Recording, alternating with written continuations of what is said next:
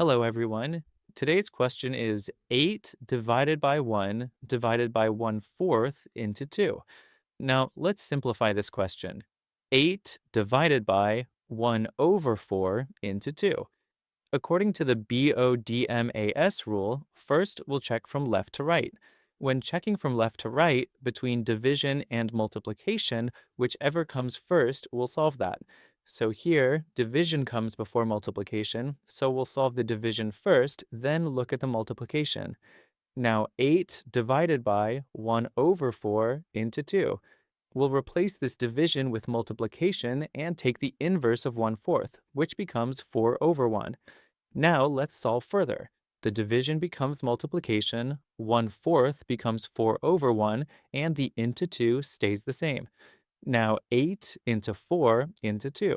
So this becomes 432 times 2. 32 times 2 is 64. That's correct.